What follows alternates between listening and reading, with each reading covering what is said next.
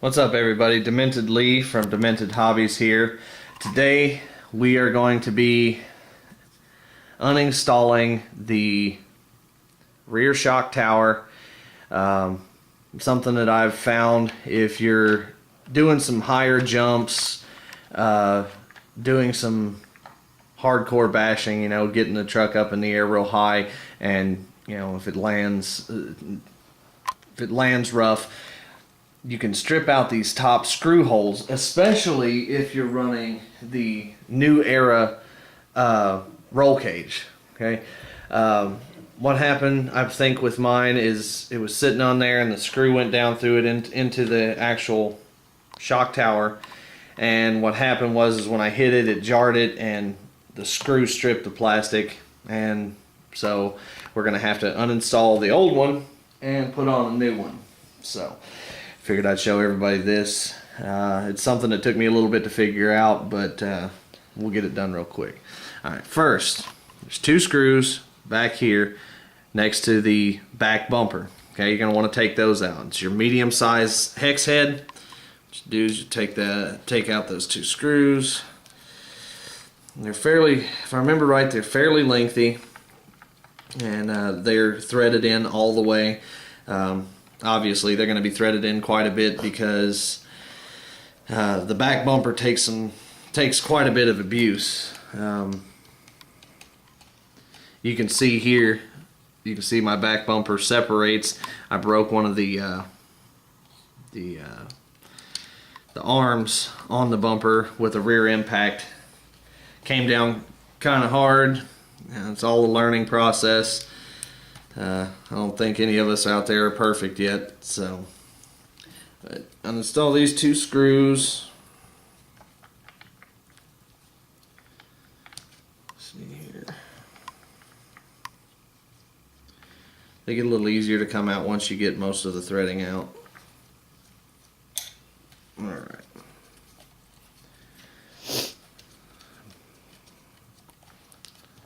Alright, take out the two screws. Set them off to the side so you don't lose them. You definitely don't want to lose them. Okay, next thing is on the back, right here, there's one screw that goes into the back bottom side of the bumper. Okay, you don't want to take that loose. So it's kind of be hard to see, but the screw's right in the dead center. You can see the hex head right there going in. I know my fingers are kind of in the way, but it pulls. Just pull that out. Okay.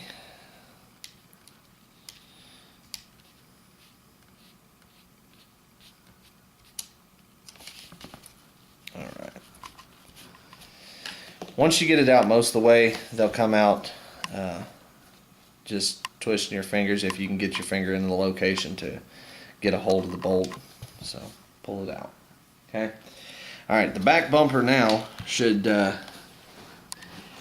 nope, never mind. I'm sorry, I stand corrected on my own self here.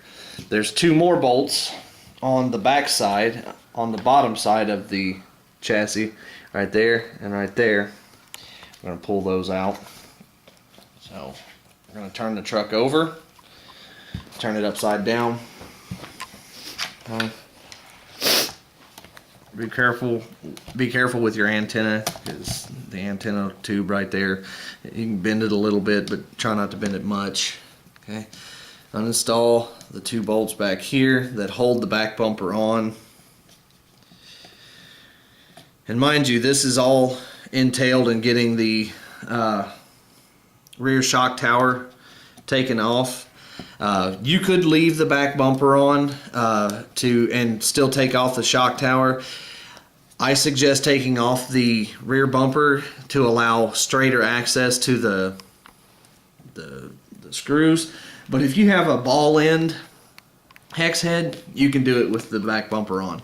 But the back bumper just wiggles right out. Okay, so there you go. Back bumper's off. Alright, what we'll do is we'll take and toss this off to the side. Alright, you're going to take off your little plate here. Okay, it's just a spacer plate for your motor. It's anodized. It's a blue color. The Traxxas blue. All right, take that off, set it off to the side over here. Try to keep all your stuff in one location, all your screws in one location, all your parts in one location. That'll help out a lot. Okay.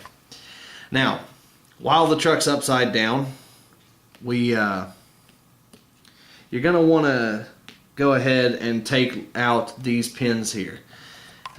These hold the rear control arms on.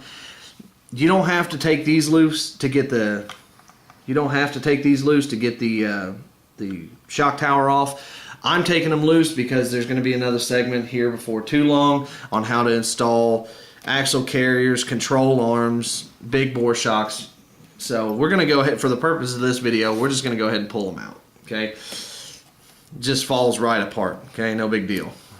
All right, what we're going to do now, we're going to take and flip the truck back over. Okay, and it's sitting like a pile of mush right now. So you can take your tire and stick underneath it. That helps hold on to stuff a little bit better. Next, what you're going to want to do is you're going to want to take off your turnbuckles. Okay, these are the turnbuckles that camber your tires in or out, adjust the angle in which they sit.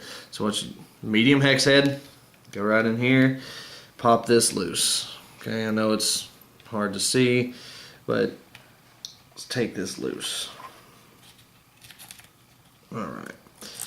Remember to keep these in its own location because the turnbuckle itself, for this I'm going to go ahead and disassemble the rear end.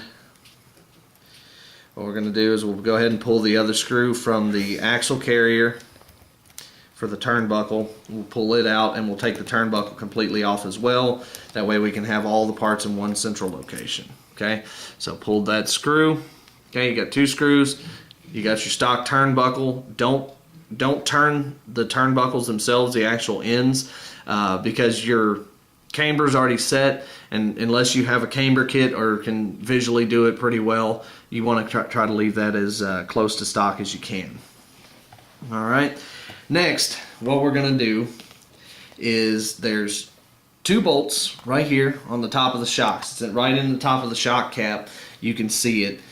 Okay, you take your ball end hex head that you have right here and stick it in there, and we're going to go ahead and just loosen these up. And then these are going to just basically, this whole assembly right now is about to just fall apart. Okay, this whole back end is just going to fall off.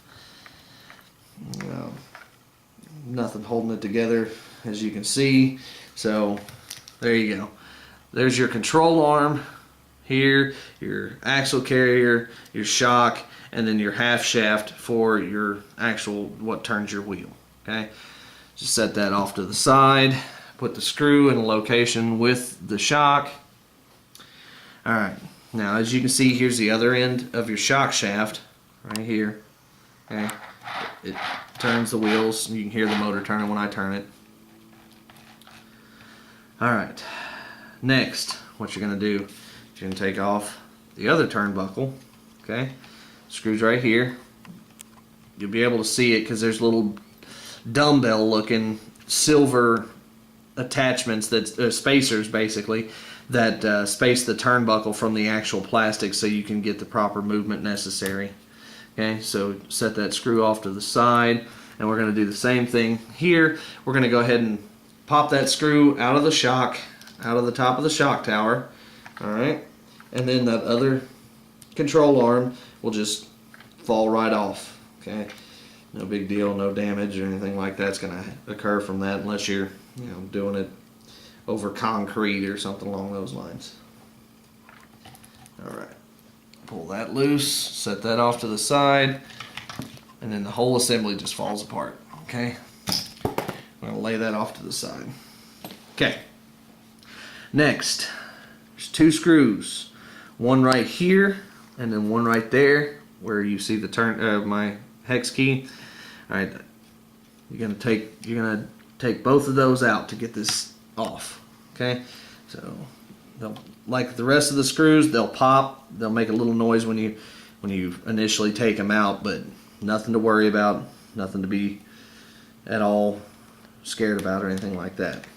Okay, take the screw out, And this one you're going to set off to the side, but a little bit closer, because we're about to just go. We're about to have this off, and you'll want them close by so you can put the new one back on. All right.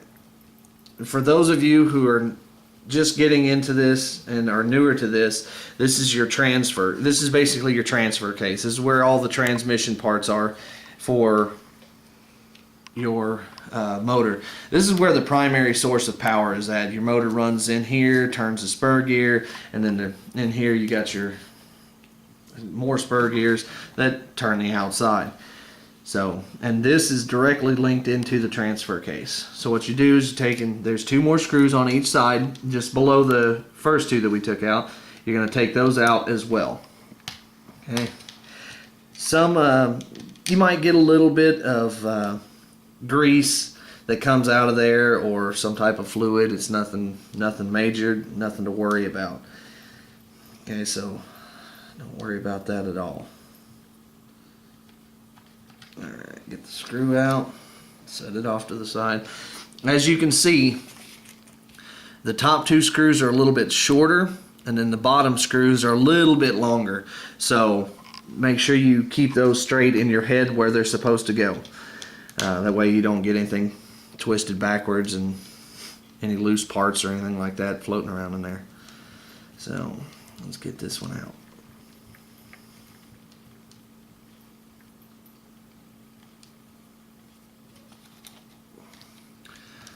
Alright.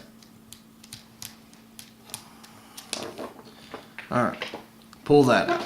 Okay. We're ready to take this out. 2 fingers, pulls right out.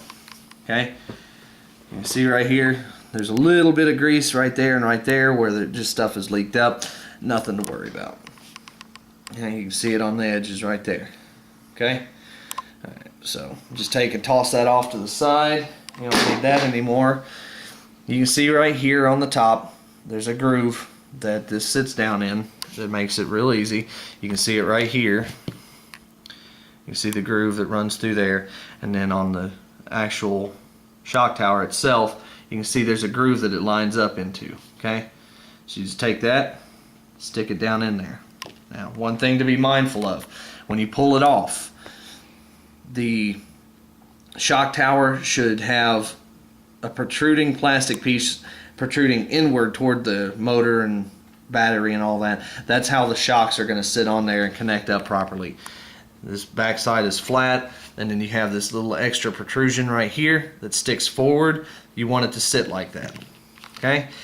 And then to put it on, what you're going to do is just take your screws and put them in reverse order. Start with the bottom ones, the 2 long ones, put them in, and then go up to the next holes, put these 2 back in, and then you're done. That'll have your shock tower mounted back on and tightened down. Until next time, thanks for watching.